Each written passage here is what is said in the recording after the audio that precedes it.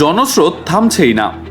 এখনও ভারতের রাজধানী দিল্লির রাস্তায় অবস্থান করছেন হাজারো শিক্ষার্থী ও তরুণ।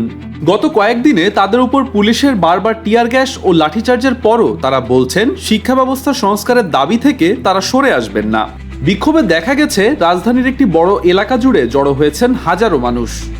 তাদের হাতে ছিল বিভিন্ন ধরনের স্লোগানের প্ল্যাকার্ড, কেউ বা হাতে নিয়েছেন জাতীয় পতাকা, কারো হাতে সংবিধান। বিক্ষোভকারীরা অস্থায়ী ক্যাম্পও গড়ে তুলেছেন। যন্তর মন্তরেই মূল অবস্থান তাদের। দাবি পূরণ না হওয়া পর্যন্ত আন্দোলন চালিয়ে যাওয়ার ঘোষণা দিয়েছেন এই ছাত্ররা।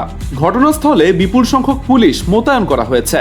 আন্দোলনের নেতৃত্বদানকারী সংগঠন ককরোচ জনতা পার্টি ভারতের পরীক্ষা ব্যবস্থার বড় ধরনের সংস্কারের দাবি তুলেছে।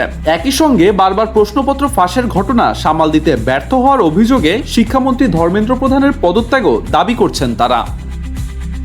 এই ককরোচ নামটি এসেছে দেশটির আদালতের এক শুনানিতে করা এক বিচারকের একটি মন্তব্য থেকে।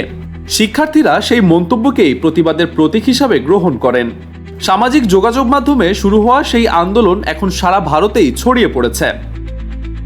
আন্দোলনকারীদের অভিযোগ, বছরের পর বছর ধরে বিভিন্ন গুরুত্বপূর্ণ পরীক্ষার প্রশ্নপত্র ফাঁস হলেও দায়ীদের বিরুদ্ধে কার্যকর ব্যবস্থা নেওয়া হয়নি।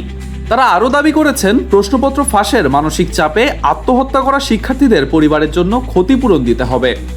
এদিকে মঙ্গলবার দিল্লিতে পৃথক এক বিক্ষোভ থেকে ভারতের প্রধান বিরোধী দল কংগ্রেসও আন্দোলনের প্রতি সমর্থন জানায়। দলটি প্রধানমন্ত্রী নরেন্দ্র মোদীর পদত্যাগ দাবি করে এবং অভিযোগ করে তার সরকার ভারতের তরুণদের ভবিষ্যৎ ধ্বংস করছে। এর আগে সোমবার সংসদ ভবনের দিকে মিছিল নিয়ে যাওয়ার চেষ্টা করলে বিক্ষোভকারীদের ছত্রভঙ্গ করতে টিয়ার গ্যাস ও লাঠিচার্জ করে পুলিশ। পুলিশের দাবি তারা আইন শৃঙ্খলা রক্ষার জন্য ব্যবস্থা নিয়েছে। তবে আন্দোলনকারীরা বলছেন তাদের ওপর অতিরিক্ত বল প্রয়োগ করা হলেও দাবি আদায় না হওয়া পর্যন্ত তাদের কর্মসূচি চলবে।